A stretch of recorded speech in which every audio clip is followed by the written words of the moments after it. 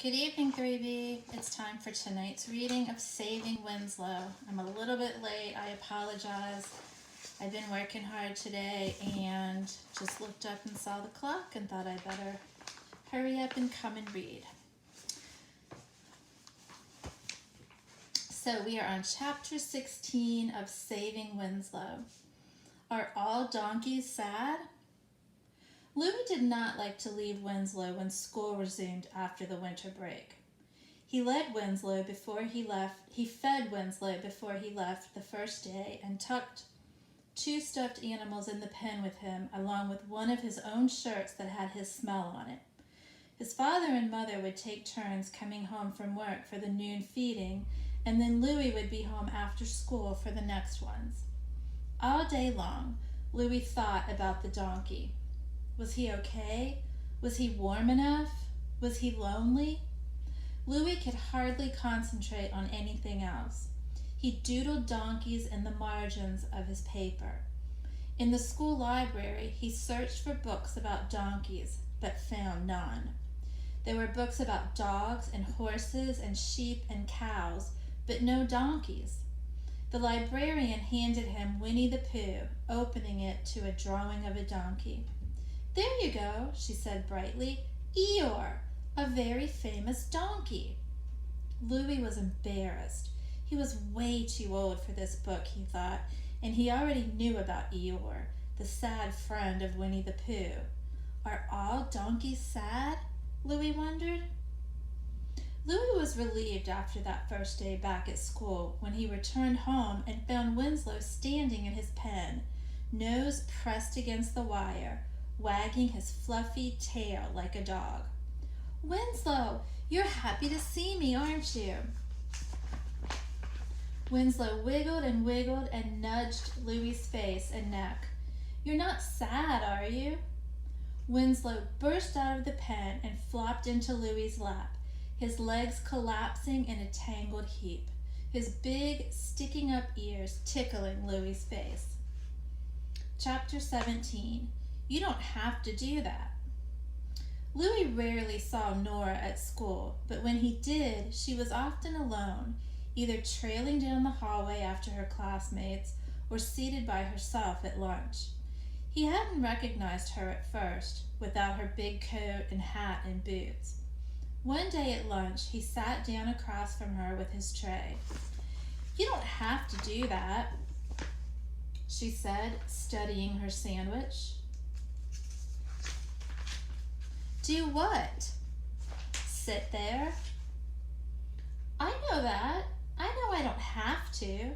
Maybe I want to." "Yeah, right." They ate in silence until Nora asked, "How's that thing, that sickly creature? Did it die yet?" "It's a donkey. His name is Winslow. He did not die." She looked up from her sandwich and said, "Yet." "He's really doing good," Louis said. "You should come by and see him again sometime." "I'll think about it." The following Saturday was sunny and warmer than it had been in weeks. Most of the snow had melted. Winslow was following Louis as he circled the yard. "Maybe you should get a leash for it," someone said. Louis turned to see Nora on the sidewalk. "If you get a collar and a leash," she said, "you could walk it like a dog." "Not a bad idea," Louis said. "I've got a collar and a leash at home." "You do? You have a dog?" Had a dog." "I'm sorry," Louis said. "That stinks." "What stinks?" "You know, that you had a dog, but now you don't. So it must have died. Did it, I guess it died, right?" "Well, it could have run away," Nora said. "Oh, it ran away?" "No, it died," Nora said. Sometimes when Louis talked with Nora, he felt as if he were speaking a foreign language. "Do you want to pet Winslow?" "Why did you call him Winslow?" "I don't know, it just came to me when I first saw him." Nora removed a glove and tentatively patted Winslow's neck. He waggled his head and twitched his ears. That means he's happy, Louis said. Maybe, Nora agreed. Or maybe he waggles his head at any old thing. Chapter 18, Remember Me. Louis found one of Gus's postcards on his bookshelf. It had been propped up there but had slipped between books. He liked rereading Gus's words. Even though Gus rarely said anything important, seeing his handwriting and reading his words made Louis feel as if Gus could walk into the room at any time.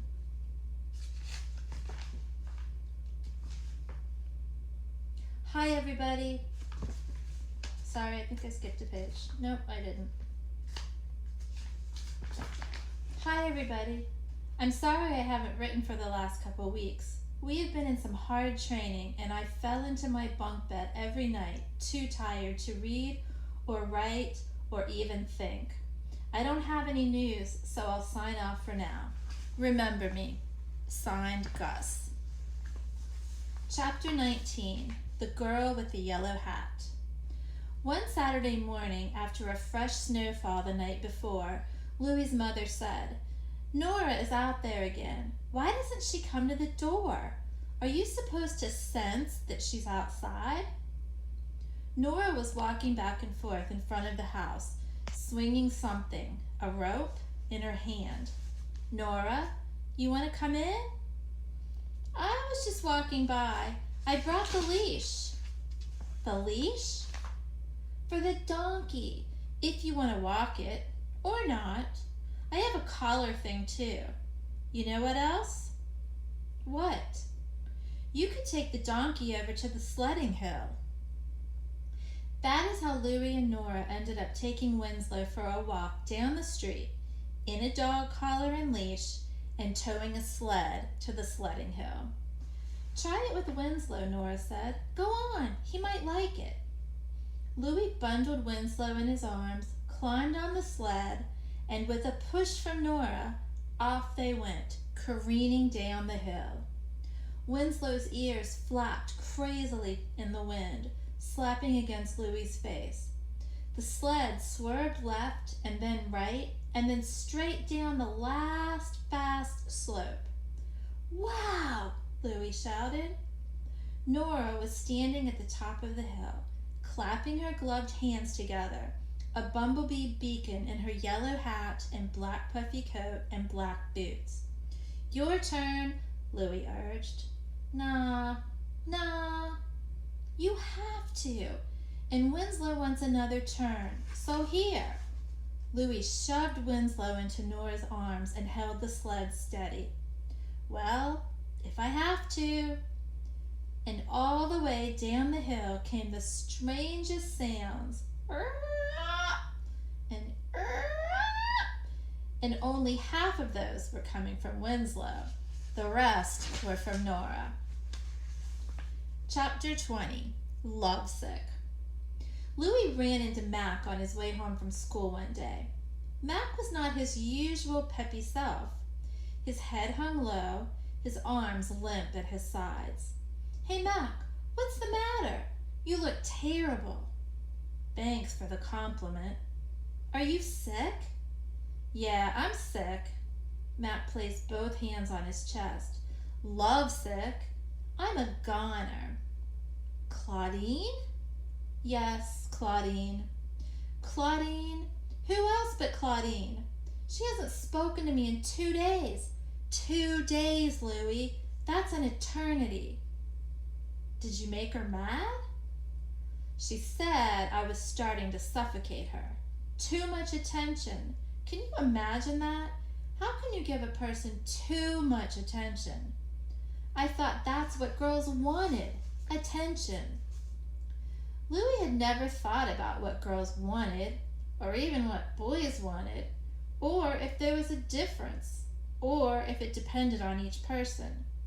The only time Louis could recall feeling too much attention was in 2nd grade. A girl who did not speak much English had attached herself to Louis on the first day. "Say me, Cookie," she said, clamping onto Louis's arm. "Is best your name?" The teacher seemed pleased that Cookie had found a friend so quickly. She asked Louie to sit next to Cookie and to explain things to her and to show her around the school. "Me?" he said. "Are you talking to me?" "Of course, Louie, I'm talking to you. Thank you for welcoming Cookie." From that moment on, Cookie did not leave Louie's side except when she or he went to the bathroom.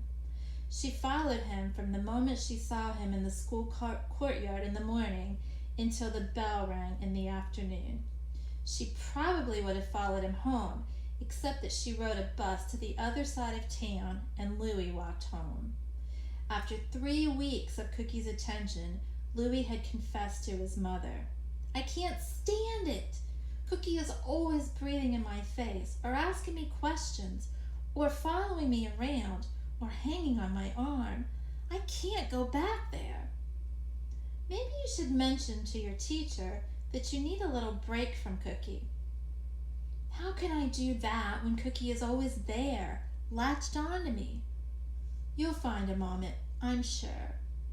And he did find a moment. A few days later, when Cookie went to the bathroom, Louie raced to his teacher and blurted out his dilemma, begging her to rescue him from Cookie. His teacher said. "I suppose one day you might long for such attention, but I understand. I'll encourage Cookie to make other friends." And Cookie did gradually make other friends, and soon she hardly seemed to notice Louie at all. And although he felt relieved, he also felt puzzled. Didn't she like him at all anymore?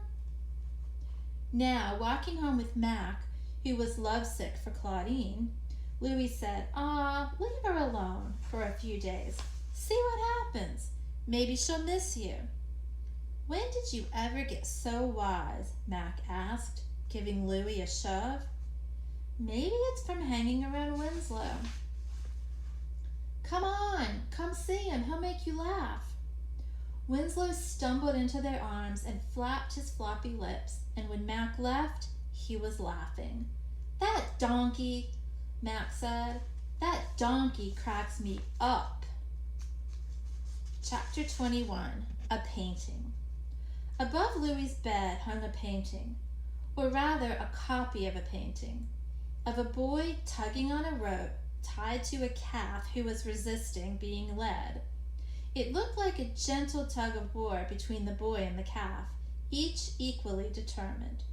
Behind them were golden haystacks and open fields with chickens pecking here and there. 2 other boys stood near, watching the boy and the calf. Another copy of this painting had hung in the hospital waiting room outside the infant intensive care unit where Louie's parents had spent many hours after he was born. Something about the struggle of the boy and of the calf had spoken to them and calmed them. The artist's name was Winslow Homer. Something the matter? It was spring, the early days of spring, when the shock of bright green sprouting from the ground and from trees was new and cheery, and when daylight was filtered through a gauzy curtain.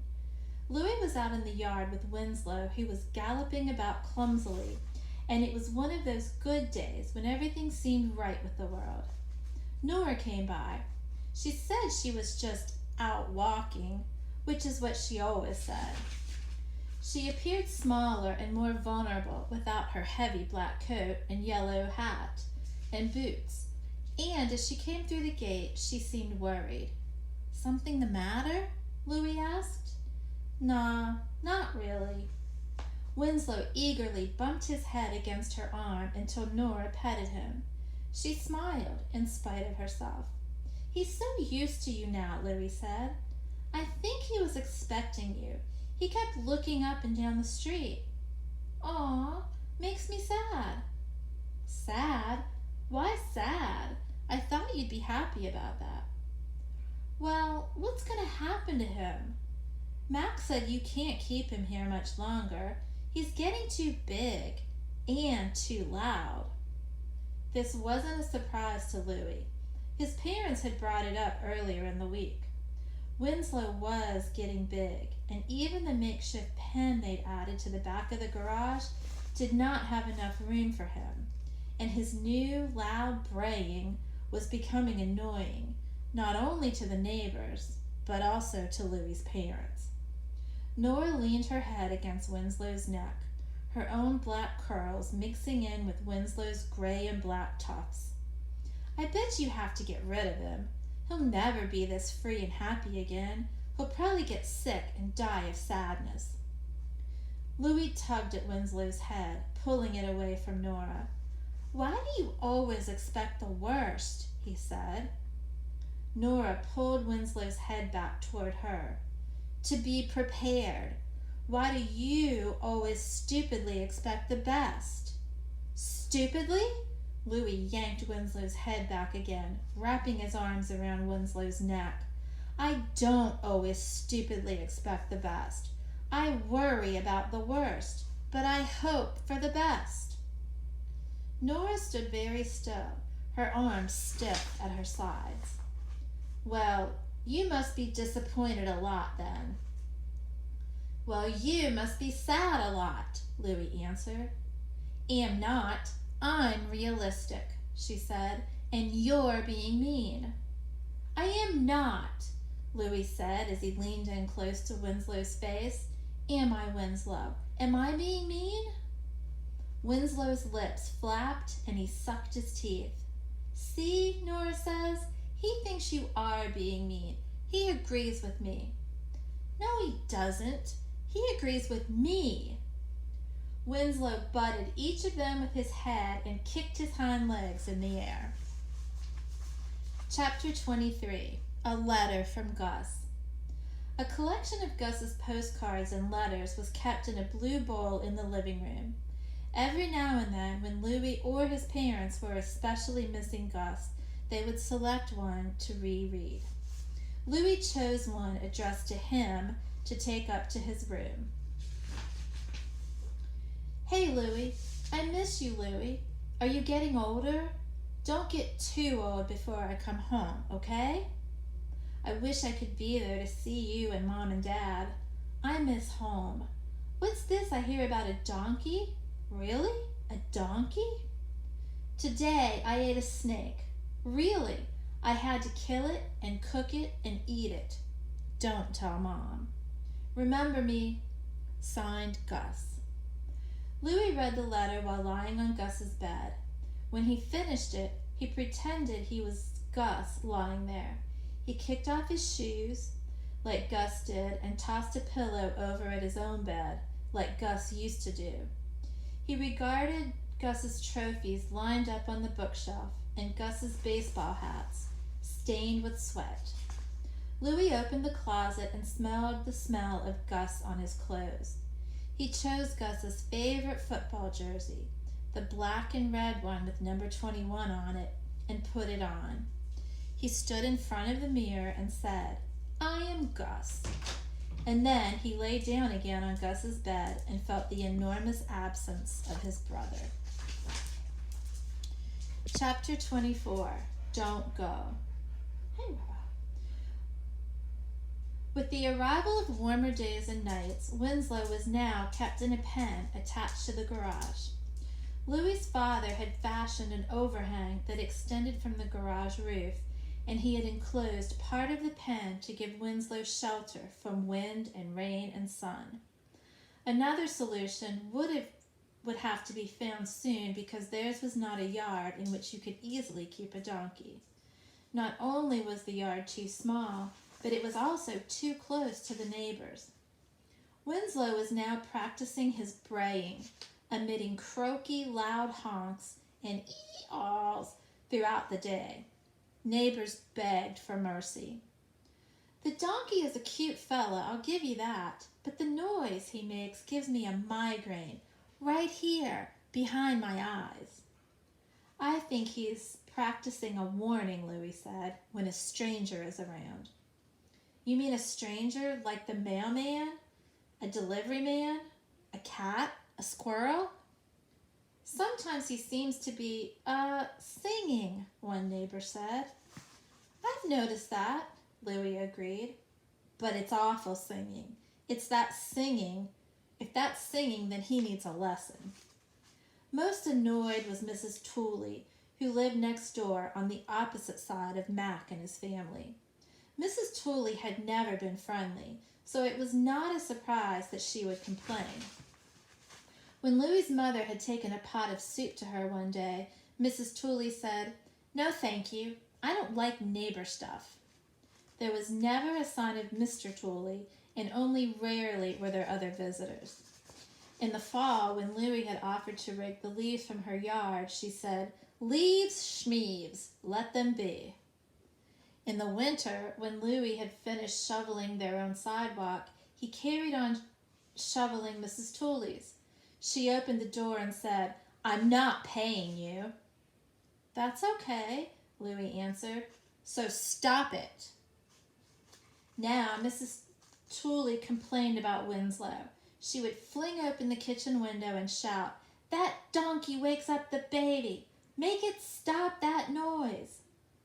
Mac's family did not complain, but Mac did mention that Winslow might prefer living with other animals. "What about your Uncle Pete's farm? Isn't that where the donkey came from in the first place?" Louie could not bear the thought of Winslow leaving. Who would look after him as well as he did?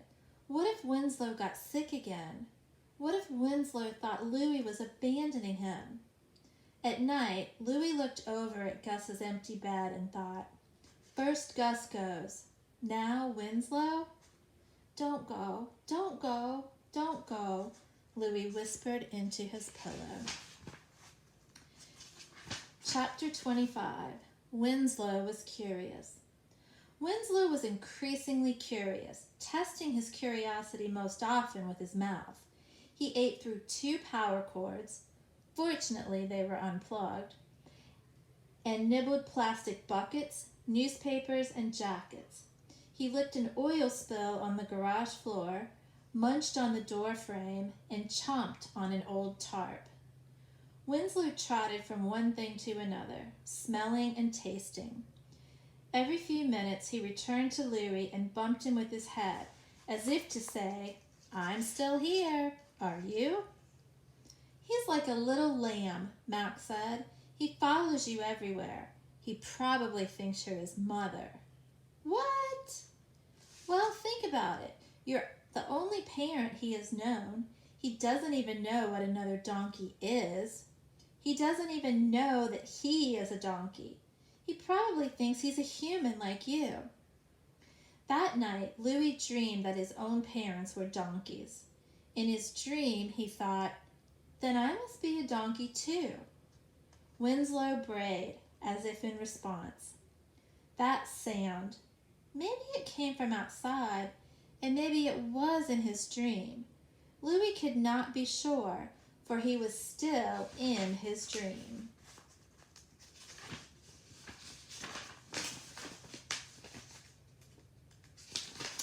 All right, we will stop there for tonight. Tomorrow we will start chapter 26, Winslow, Winslow.